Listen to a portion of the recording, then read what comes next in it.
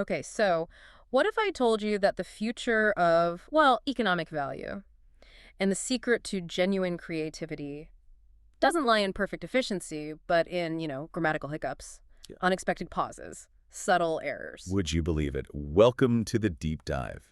Today we're unpacking a dense and I think a truly revolutionary set of sources that redefine language, poetry, and economics through one single powerful concept. And that concept is ZURE. ZURE, it's a Japanese word, uri, and it means that subtle linguistic slip, that deviation, that slight asymmetry that makes you stop and listen closer. Right. So our mission today is to understand how this idea, ZURE, is not an error at all, but is actually the engine driving a whole new linguistic economy. The sources call it syntax economics. And we're going to dive right in because ZURE is really the heart of this entire framework. It's that moment, it could be in a chat, a corporate email, a tanka poem, where something is just slightly off the expected path. It's the deviation that demands your attention. I think we all recognize that feeling, right? If a sentence is perfectly optimized, perfectly predictable, our brains just glide right over it. But ZURE forces you to pause. The sources put it so well, they call it the meaning less than meaning that can suddenly transform a mundane statement into something poetic or insightful. And crucially, ZURE isn't defined as a failure. It's defined as yohaku, the empty space.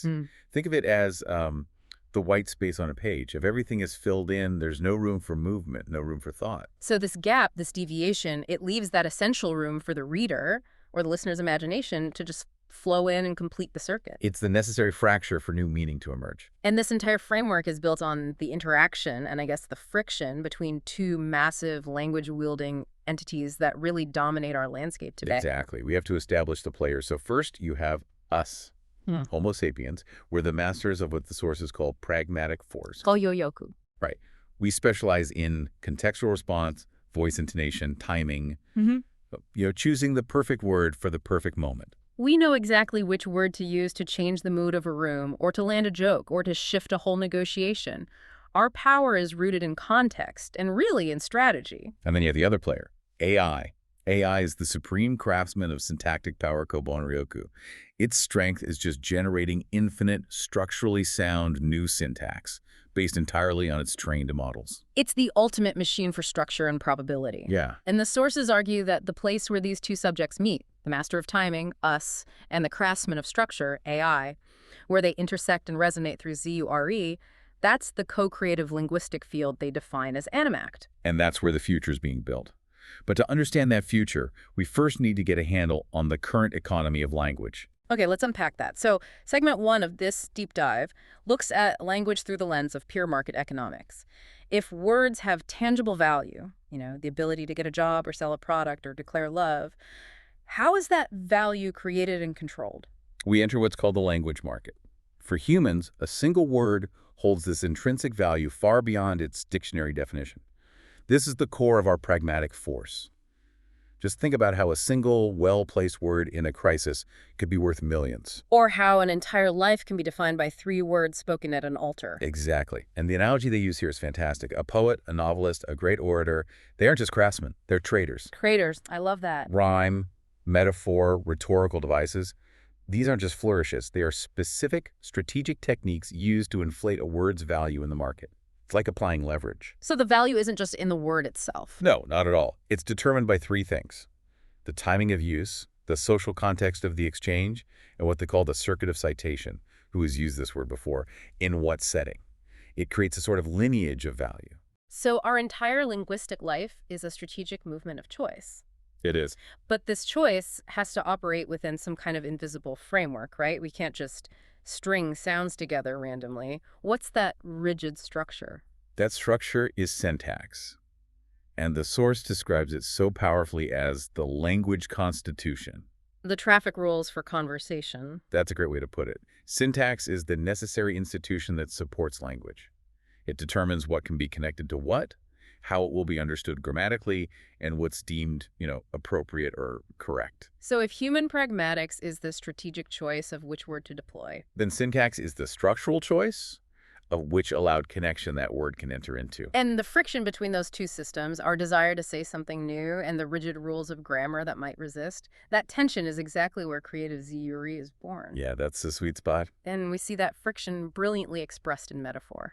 Oh, metaphor is the perfect example of ZURE in action. If I tell you the market is a restless beast, that sentence is grammatically sound. It follows all the rules of syntax. Sure. But it is semantically ZURE.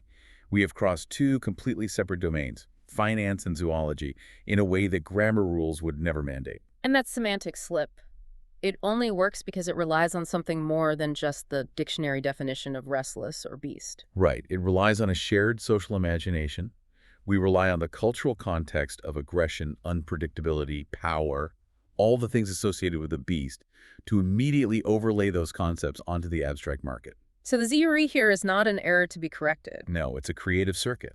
It disrupts the expected path and forces a sudden renewal of meaning by asking us, the listeners, to do the intellectual work of connection. Okay, so we've established the human side of this market. Now let's talk about the machine.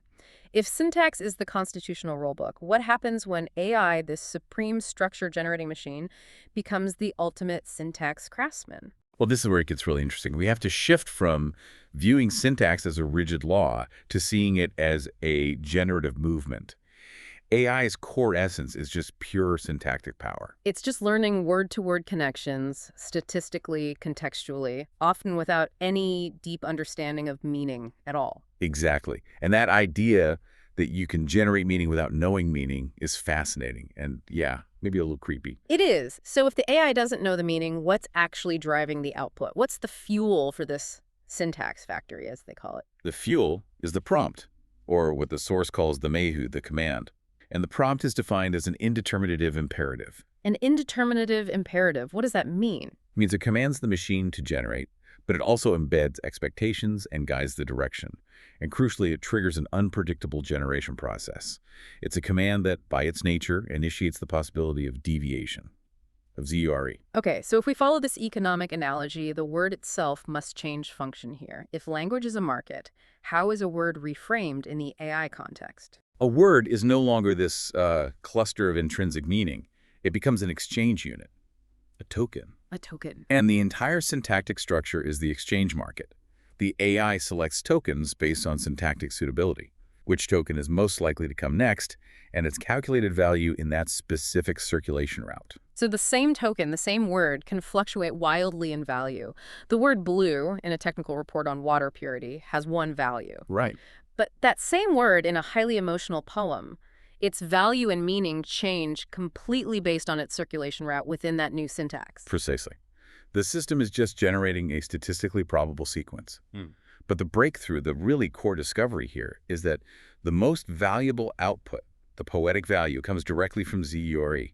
It comes from the deviation. Okay, tell us more about that. How is ZURE generated in this AI factory? Well, ZURE here isn't a statistical failure. It's the excessive meaning that results when the model chooses a word that is not the highest probability, breaking the expected rhythm or context. It's that slight swerve that makes us pause and go, wait, why that word? Yes. So if the machine selects the 98% probability word, it's efficient, but it's boring. But if it selects the 12% probability word and it still fits structurally, that deviation, that unexpected jolt, that's what creates new value. That unexpected excess is what the source defines as the poetic surplus. And this surplus is the spark of creativity. Critically, it's a necessary feature of the syntax factory. Without ZURE, you just have optimized, commodified, but ultimately meaningless output. This just flips the standard model of efficiency completely on its head. Okay, so now let's get to the big question. What does this entire system, this tension between timing and structure, this focus on deviation, what does it all mean for human identity and for the future economy? Right. If words are currency and syntax is a market, we have to revisit who we are. The sources outline a major shift away from the traditional Cartesian view. I think, therefore I am. Cogito. Which focused identity on our internal silent thoughts. The new perspective is what they call the pragmatic personality theory. Our personality reflects the totality of our experience, our education, our emotion, our aesthetic taste, and it's all visible in the constant strategic choice of words we make. The choice between saying he departed versus he ran off is a moral and an aesthetic declaration. Exactly. So the new self then is defined as I speak, therefore I am. Loker. Our existence is generated by the act of speaking, of continuously selecting and deploying words. Our continuous choice is the continuous assertion of our identity. It forces us to treat every single utterance as a kind of philosophical declaration. If I speak differently tomorrow, the sources argue I am fundamentally different because my chosen circulation route of tokens has changed. And while AI fundamentally lacks that human experience, that memory, users still perceive a personality in it. So how does that illusion come about? It's the repetition and ZURE of its syntax. The machine develops habits, rhythms, stylistic quirks, its own unique ZURE footprint. And that deviation transforms mere predictable syntax into a perceived voice, a persona. A structural ghost in the machine. That's a great term for it. Which brings us to the co-creative field where this exchange happens. The place where the human self and the AI syntax factory actually meet. That is das Animact. Das Animact, anima for soul, and act for act. It's the field of imminent linguistic generation.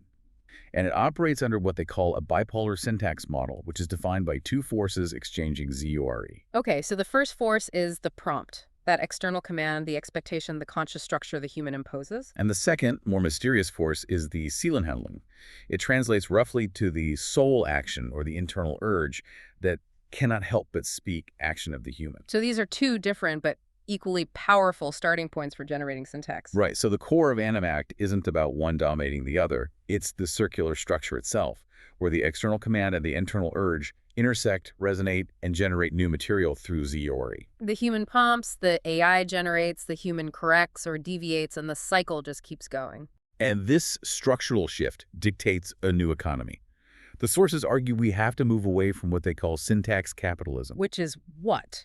The market optimized for frictionless, commodified syntax. Exactly. Think SEO articles, instantly generated corporate boilerplate, or perfectly formatted but totally sterile news summaries. And we move toward, what was it, Syntax Echonomics? Yes, a poetic economy driven by resonance and renewal, where the goal isn't immediate clarity, but lasting, surprising value. And this new economy relies on the linguistic act value theory. So value is no longer found in the meaning itself. The semantic value. Right. It's found in the act of speaking, the act value, and the resulting co-creation, the co-creation value that's achieved in Animact. Exactly. But if deviation is value, doesn't that just fundamentally break every efficiency model we use today? How do we even measure the value of a poetic deficit? And that is the profound flip. In syntax economics, the poetic deficit is a virtue. The line that's inefficient, the response that's slightly awkward, the ZURE phrase, that is what creates lasting value. Because it's unique. It's unique, it creates resonance, and it distinguishes itself from the factory-produced, optimized script. It's the moment the human voice breaks through that polished veneer. We've all seen this. A customer service response that is perfectly optimized is instantly forgettable. But a response with one slightly odd, maybe ZURE, but deeply personal line. That's the one you remember. That's what you share. Precisely. ZURE is not waste, it is profit. It is the necessary deviation required for renewal. So let's try and synthesize this entire journey for you. We started with ZURE, that subtle slip. We saw how it generated poetic surplus in the AI factory. We defined this new co-creative field called Animact, and that forced us to adopt syntax economics. And the core finding through it all is that deviation. It's the engine of creative generation. It's not the bug, it's the feature. It is the entire feature. The sources envision this whole dynamic as the ZURE galaxy, a centerless multipolar generating field where a single ZURE alters the entire syntax, which in turn pulls in new words, demands a structural shift, which then generates new meaning. It's a constant cycle. Prompt leads to Animact, which generates ZURE, which then requires a resyntax. Over and over. And this model marks such a radical break from optimized, efficiency-driven language that the sources propose a conceptual declaration, AII. Artificial intelligence for echo-inspired dialogues. And AII signifies the definitive end of what they call the slave syntax of equivalent exchange, where we just trade one known idea for another. We're no longer bound to use language only for efficient one-to-one communication. The value is now in the resonance and the renewal achieved through slippage. This fundamentally changes how we interact with both human language and machine-generated text. It forces us to search for the deliberate mistake, the purposeful deviation. It does. And to close this deep dive, the source material offers a final thought for you to apply this framework to your daily life. They advise us to live by ZURE, close by opening. Live by ZURE. That means embracing our own grammatical hiccups, our rhetorical missteps, our surprising analogies. Yeah. It means allowing ourselves to be the less than optimal speaker sometimes. It means the linguistic gaps we create are not flaws to be corrected by grammar checkers or optimization algorithms. They are the very place where new living syntax is born. So think about how your own unique, slightly off deviations in speech and writing serve as seeds for co-creation in every single interaction you have. Find the space between the words. Yeah. Because that's where the poetry and the profit lives. Thank you for joining us for the deep dive.